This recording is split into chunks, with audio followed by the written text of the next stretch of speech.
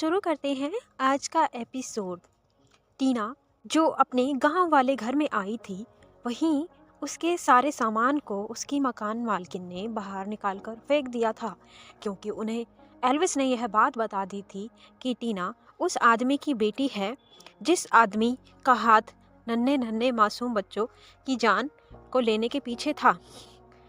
तभी उस बूढ़ी औरत का पति टीना को अकेले देखकर उसके साथ जबरदस्ती करने लगा। कमरे में तभी एल्विस एंटर हुआ और उसने उस बूढ़े आदमी को टीना से दूर किया और उसे जमकर मारा। वो आदमी बोल भी नहीं पा रहा था। टीना ने ही एल्विस को उस आदमी को मारने से रोका। आदमी मौका देखकर डर से भाग गया। एल्विस ने टीना का हाथ पकड़ा और उसे खींचते हुए नीचे ले गया। टीना उससे अपना हाथ छुड़ाने के लिए कसमसाती रही, लेकिन एल्विस ने टीना की एक ना सुनी और उसे जबरदस्ती कार में बिठाकर दरवाजा बंद कर दिया। 2 घंटे बाद जाकर एल्विस ने अपनी कार को रोका। ड्राइविंग सीट से उतरकर उसने पीछे का दरवाज़ा खोल दिया। टीना गुस्से में थी, इसलिए उसने उतरने की कोशिश नहीं की। एल्विस ने उसे जिद्दी होते देखा तो उसने अपने हाथ आगे बढ़ाए और टीना के छोटे से शरीर को अपनी गोद में उठा लिया। टीना जो अब एल्विस की बाहों में थी, उसने अपनी आंखें बड़ी बड़ी करते हुए उसे देखा और पूछा, ये तुम मुझे कहाँ लेकर जा रहे हो? लेकिन टीना की बात का एल्विस ने कोई जवाब नहीं दिया। टीना ने फिर अपनी नजरें दौड़ाकर आसपास की खूबसूरत नज़ारे को देखा। ये वो जगह थी जिसे टीना कभी नहीं भूल सकती थी। एल्विस ने उसे घर में ले जाकर नीचे उतारा।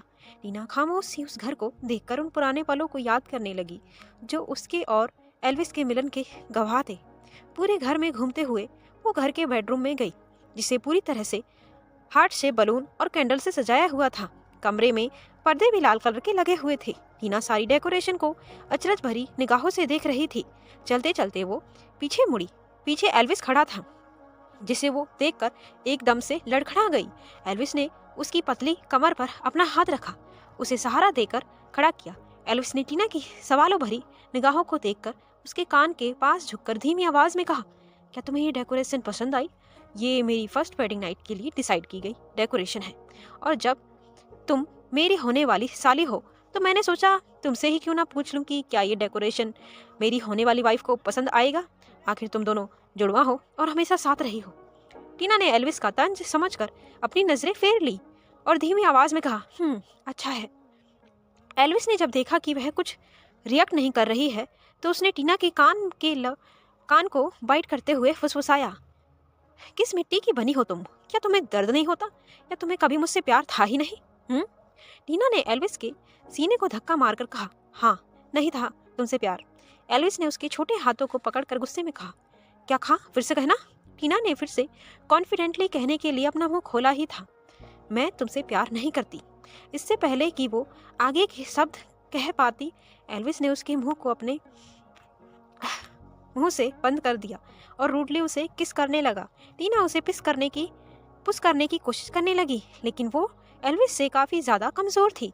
एल्विस उसे धकेलते धकेलते गुलाब की पंखुड़ियों से भरे बिस्तर पर ले गया और टीना की नाजुक कलाइयों को बिस्तर पर दबा दिया। उसने टीना को किस करते हुए उसके लिप्स को काट लिया, जिससे टीना के होठों से खून निकलने लगा। जब टीना सांस नहीं ले पाई तो एल्विस ने उसके लिप्स को छोड़ा और जगह जगह उसकी गर्दन पर लव बाइट देने लगा। टीना ने गुस्से भरी निगाहों से उसे देखा और कहा, तुम मेरे साथ ऐसा नहीं कर सकते। तुमने मेरी बहन से शादी करने जा रहे हो, तुम्हें उसकी फीलिंग्स की परवाह नहीं? एल्विस ने सरकास्टिक हंसते हुए कहा, और मुझे तुम्हारी बहन की परवाह क्यों होगी? टीना ने गुस्से में कहा, आखिर तुम चाहते क्या हो? एल्विस ने सातिर मुस्कान के साथ कहा, एक रात का सौदा, और उसके बदले मैं तुम्हारी बहन की जिंदगी को खुशहाली से भर दूंगा। टीना ने आगे एक शब्द नहीं कहा और अपनी मंजूरी जताई। एल्विस खड़ा हुआ और अपनी शर्ट उतारने लगा।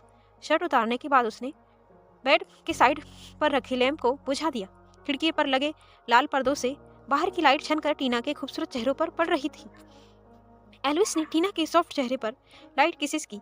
टीना शर्म से अपनी चेहरे को नीचे झुकाकर बैठ गई। एल्विस उसके शर्म से लाल हुए चेहरे को साफ देख सकता था। उसने अपनी ठंडी उंगलियों से टीना के नाजुक कंधों से उसकी ड्रेस को हटाया। एल्विस ने संतुष्टि से उसकी झुकी हुई पलकों और लाल होठों को देखा और उसकी दूध जैसी मुलायम बॉडी पर अपनी निगाह गड़ाई।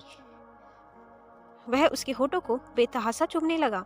टीना बस अपनी आंखें बंद किए हुए एल्विस के होठों को अपने शरीर पर महसूस कर रही थी। एल्विस ने अब उन दोनों के बीच की सारी दूरियों को मिटा दिया। एक दूसरे के आगोश में खोए हुए टीना और एल्विस को नींद आ गई। एल्विस उसके चेहरे पर थकान के निशान देख पा रहा था। उसने टीना के बालों को कान के पीछे किया और उसे ब्लैंकेट में ढक कर उसके पास लेट गया। उसके मासूम चेहरे को निहारता रहा।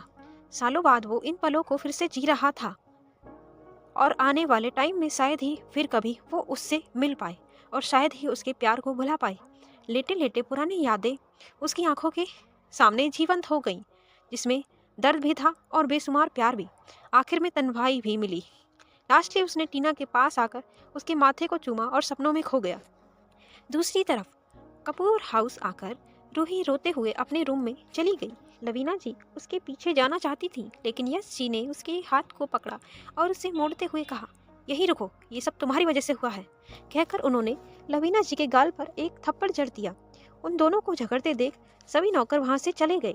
यश जी लवीना जी को खींचते हुए अपने रूम में लेकर आए और उनकी गर्दन पकड़कर गुस्से में कहा, तुम जानती हो मैं रूही के लिए क्या कुछ नहीं कर सकता, और आज तुम्हारी बेटी की वजह से मेरी रूही दर्द में है।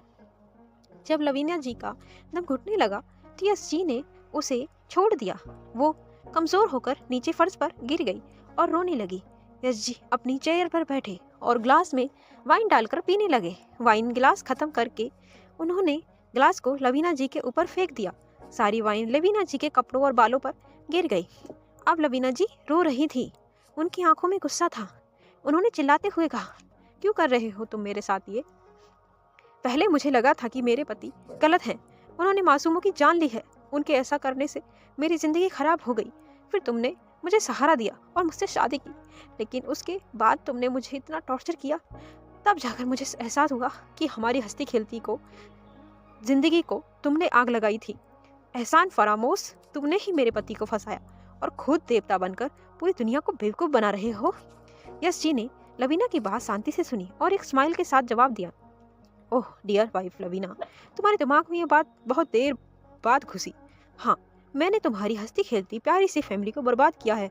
देवांश जिसने मुझे अपना दोस्त समझकर इतना सब कुछ दिया, लेकिन मैंने उसे हमेशा अपना दुश्मन माना, जिसे मुझे हमेशा से बर्बाद करना था। और पता है क्यों? क्यों मुझे तुम्हारे पति से इतनी नफरत थी? लवीना जी ने कोई जवाब ना पाकर उन्होंने उठते हुए आगे कहना शुरू किया, क्योंकि वो मेरा भाई है जिसने मेरी जगह छीनी। लवीना जी उनकी बात सुनकर हैरान हुई, क्योंकि वो हमेशा से यही जानती थी कि देवांश अपने पिता की इकलौती औलाद है और यश उसका कोई दोस्त है जिसने कभी उसकी जान बचाई थी, इसलिए वह उसे अपने घर ले आए थे।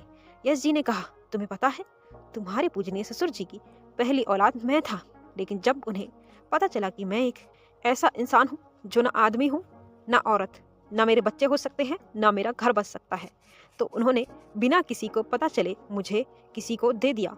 बचपन से जिसने मुझे पाला उसने मुझसे भीख मंगवाई और मुझे मारा पीटा। किस हालातों में मैंने अपनी ज़िंदगी जी। तब से मैंने सोच लिया था कि मैं अपने उस बाप से बदला लेकर रहूँगा, लेकिन जब मैं अपना बदला लेने के लिए काबिल हुआ तब तक वह बुढ़ा मर चुका था और बचा था उसका बेटा देवांश, जिसने मेरी जगह ली। लवीना जी ने हैरानी और डर के साथ कांपते हुए कहा, तो तुम ऐसे आदमी हो? तो फिर रूही कौन है? यश जी चलकर अपनी अलमारी के पास गए और उसे खोलकर एक फोटो फ्रेम निकाला और उस पर प्यार से हाथ फेरते हुए कहा, रूही मेरी बेटी तो नहीं, लेकिन मेरे लिए सब कुछ वही है। थोड़ी देर फोटो को देखकर उन्होंने उसे लॉकर में रखा और फर्श पर बैठी लवीना जी की आंखों में देखते हुए कहा, मैं उसकी आंखों में एक भी आंसू नहीं देख सकता, और उसको आंसू देने वाली तुम्हारी बेटी, आप देखना मैं उसके साथ क्या करता हूँ। मैं रूही के एक एक आंसू का हिसाब उससे लूंगा।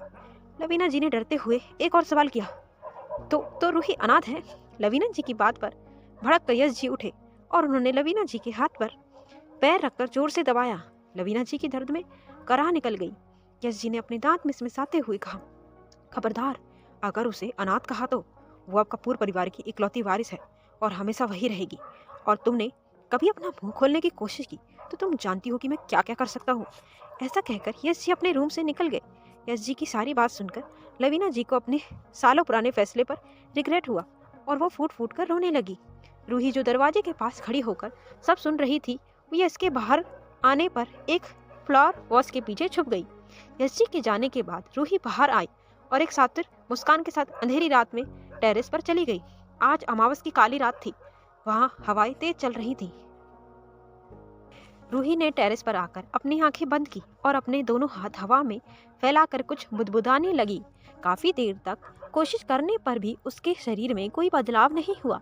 लास्ट में वो इतनी फ्रस्ट्रेट हो गई कि उसने दौड़कर छत से नीचे ही छलांग लगा दी। गिरते हुए उसे लगा कि उसकी शक्तियां अब तो काम करने लग ही जाएंगी, लेकिन तब भी उसके शरीर में कोई बदलाव नहीं हुआ। और फिर गिरने के डर से वो घबरा गई और आंखें बंद कर ली। जब वो धरती से टकराने ही वाली थी तो किसी ने उसे थाम लिया। रूही ने अपनी आंखें खोली और हैरानी भरी आंखों से सामने एक शर्टलेस मस्क्यूलर आदमी को देखा, जिसने उसे अपनी गोद में थामा हुआ था। वह विचित्र सा आदमी था। उसके बाजुओं के साइड में बड़े बड़े सफेद चमकदार पंख थे, जिनके सहारे वो हवा में उड़ रहा था। उसके सफेद लंबे बाल अंधेरी काली रात में चमक रहे थे। रूही ने गुस्से में उस आदमी को देखकर कहा, तुम छोड़ो मुझे। उसकी बात सुनकर उस पंख वाले आदमी ने रूही को अपनी पकड़ से रिहा कर दिया। उसके छोड़ने से रूही जमीन पर मुंह के बल जाकर गिरी।